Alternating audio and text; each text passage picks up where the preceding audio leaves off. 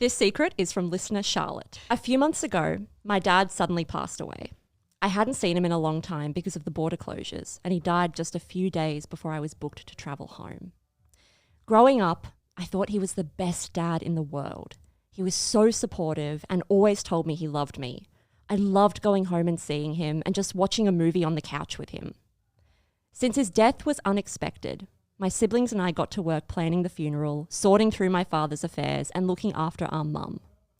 2 days before the funeral, my brother was going through Dad's computer when he discovered that Dad had a secret boyfriend who was significantly younger than him. Dad had been financially supporting this guy. He owned a house with him. He was paying him $3,000 a month. He even paid for this guy's mum to get a boob job. We also found emails that showed our dad was having sex with a lot of male sex workers.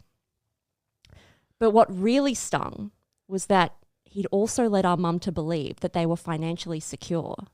In reality, he had left her about $1 million of debt. He had 3 mortgages on our family home. He'd stolen my mum's superannuation. He'd created fake businesses and multiple bank accounts and taken out hundreds of thousands of dollars in loans. Dad had been living a double life and cheating on our mum in all these ways, emotionally, physically, financially. We even discovered that my dad had been secretly wearing a hairpiece for years. To be honest, I wasn't entirely surprised to discover that he was gay. Like, when I was a kid, he took me to Las Vegas to see Barbra Streisand in concert, and we were like the only straight. And I can see how my dad ended up in this situation. He had a really hard childhood growing up. There was no room for him to be gay or queer or whatever he was. So I can understand that he lived with a lot of pain. And I can imagine how one lie could have led to another and just snowballed. But that doesn't justify putting people through what he did. We are from a tight-knit religious community in a small town. My parents were always concerned about presenting ourselves as the perfect family. And my dad, in particular, cared a lot about appearance, money, and accolades. But I've realized I don't actually know who my dad was. It's almost like the dad I thought I knew, the dad I'm supposed to be grieving, never existed. Aside from a few close friends, I haven't told anyone about what happened. My mum doesn't want anyone to know about Dad's secret life. Do I owe it to the people in my dad's life to tell them they were conned? Do I owe it to my mum to keep this secret? And how can I move past my father's behaviour when he's not here to answer questions or apologise? Am I the jerk for not buying my daughter a $350,000 car? My ex-husband and I share a 15-year-old daughter who is an entitled, spoiled brat. We both make really good money, so she has lived a very privileged lifestyle. For the last 6 years, she has collected very expensive handbags. We live in Los Angeles, so every day after school and on weekends, we would take her to Rodeo Drive and buy her any handbag she wanted. Some of these handbags range from $3,000 to $20,000 a piece. It's nothing for her to spend $40,000 to $50,000 in a day. But then when she turned 14, I noticed her attitude began to change. She got very nasty with me, and her spending became very aggressive. I got my credit card bill, and she had spent over $90,000 in one day. When I confronted her about this excessive shopping and spending, she said that it was my job as her mother to provide for her in this way. That was when I took her credit cards away, and I gave her a $4,000 a month allowance. So she gets $1,000 a week to spend on whatever she wants. Since doing that, she has been extremely upset. She has threatened to quit school, run away, or go live with her father. Now, I did give in several times because I didn't want her to leave or quit school. But now I've stood my ground and I only give her $1,000 a week. And she has started making the same old threats again. She even left one day and went to her father's house. But I did not give in. Within a couple of days, she came back home. Recently, she got her learner's permit and she demands I buy her a $350,000 car. I think it's a Range Rover or something. She's been to the car lot several times with her father, and he thinks that we should get her this car because she does make good grades and she's really never been in any trouble. But I feel like if we don't cut the cord here, she will never be independent. She will never be able to live on her own. I know for a fact that me and my ex-husband both are her enablers, and we have crippled her in every way. I think that we have been giving her this lifestyle because we didn't have this lifestyle growing up ourselves. Well, she came home yesterday and demanded that I buy her this $310,000 car. I told her absolutely not. She needs to get a job. She got extremely upset and said that I should be appreciative that she went down on the price and that this car is cheaper than the original car that she was looking at.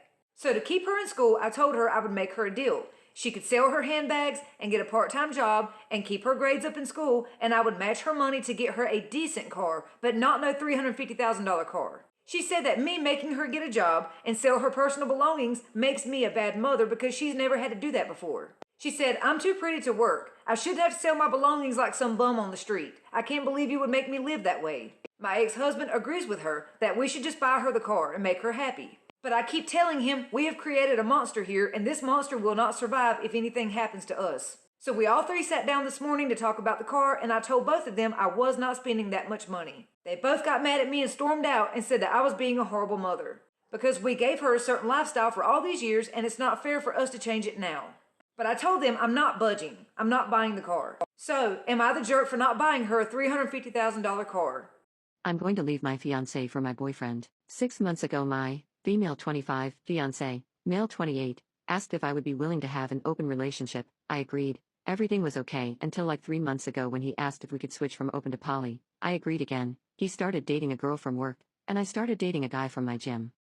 Now this guy, male 26, is so different than my fiancé. He takes me on dates every week, he brings me flowers and food at work, he texts me just to say hi. He's sweet and affectionate. My fiancé, however, we've been together for 4 years. He only gets me flowers for my birthday. He's never affectionate. His idea of a date is playing board games or watching The Witcher.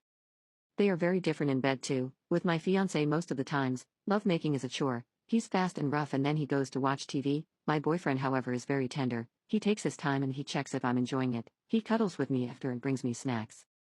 I was talking to my mom about this and she asked me which one makes me happier, and I guess it clicked. I like the way my boyfriend treats me while my fiancé is more of a roommate at this point. After my talk with my mom, I decided to talk to my fiancé as well. I just told him that I wish he would be more affectionate with me. He just shrugged and said he isn't into chick flick. So I guess I'm going to break up with my fiancé because I don't want to marry a man that never takes me out or buy me flowers or holds my hand. I want someone that shows their emotions. I don't know if me and my boyfriend are going to work out since it's still new, but at least now I know I have options. I grew up around men that were emotionally unavailable, and most women in my family constantly told that men aren't affectionate, so I guess I kinda believed it. My first 2 boyfriends were like this as well. They didn't like showing affection, and my fiancé is the 3rd guy I've been with. It feels good to know not all men are like my mom made me think they were. I'm on my way to have dinner with my fiancé and I'm going to call it the engagement. Update: I was super nervous to have the talk with my fiancé, but apparently at dinner it wasn't just us. He invited his parents and didn't tell me. I wanted to have the conversation with him privately, but his mom started talking about the wedding. She had a bunch of flower arrangements, dresses and venues printed out, and she was going to buy a dress tomorrow. I got overwhelmed and ended up telling them the wedding is off. I tried to be as gentle as I could, but my fiancé freaked out when I gave my reasons, that I don't feel loved and that I want someone that shows their affection, and made a scene, so we were kicked out. He left to go home like 10 minutes ago. I'm still in the parking lot with his parents. They are trying to call him. I'm going to drive them home, and then I guess I have to get ready for round 2 when I get home. Update number 2. We had a huge fight and he confessed he only wanted to open the relationship because he wanted to sleep with his coworker without being a cheater, and then wanted a poly relationship because he developed feelings for her. And he called me bitch for dumping him because I'm a big baby who needs attention. Apparently I need to grow up because real men don't get emotional. Update number 3. My now ex-fiancé called and begged me to come home to talk because he's sorry and he didn't mean what he said, and because real men don't get emotional. He started crying when I said no and that he can call his girlfriend if he wants to talk to someone.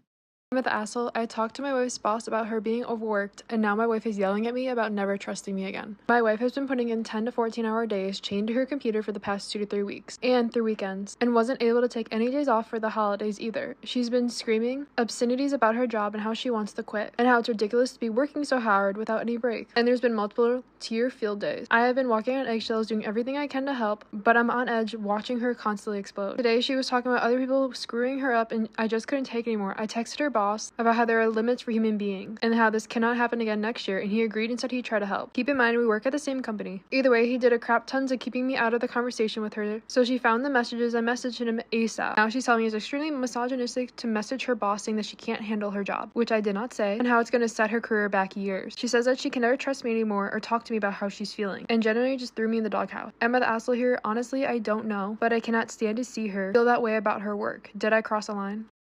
I'm the asshole for sending my daughter to school after she dyed her hair badly. My daughter has always been a natural blonde, however the last few months there's been brown coming through her roots. She asked if she can dye it earlier this month, and I said yes, but only if it's done professionally. An appointment was booked for February 8th, a very popular salon with a good reputation. And it has long wait times because it's being done right. And she has a very sensitive scalp. Last time my older daughter used it at-home kit, it went badly wrong, like we had to go to the doctors. My youngest was happy with this and agreed to wait, but this weekend she went with her friends and bought an at-home kit, dyeing her hair at her friend's house without notifying us. And now it's orange. We offered to buy a brown or black kit to cover it up until the appointment, but she screamed because she's a blonde, not a brunette, and has not left her room. She's refusing to go to school until we fix it. And I said I don't have a magic hair fixing spell, and the choice is to go dark for 3 weeks or put up with the orange. We phoned the salon, but they cannot move up the appointment, and that they'll contact us if there's a cancellation.